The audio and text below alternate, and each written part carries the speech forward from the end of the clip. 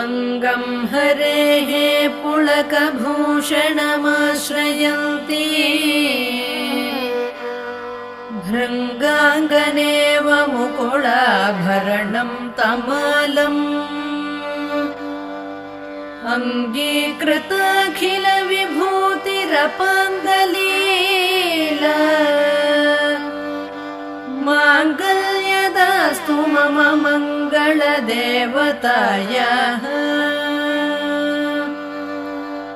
मुग्धा मुहुर्विदधति वदने मुरारेः प्रेमत्रपा प्रणिहितानि गतागतानि मालादृशोर्मधुकरीव महोत्पलेया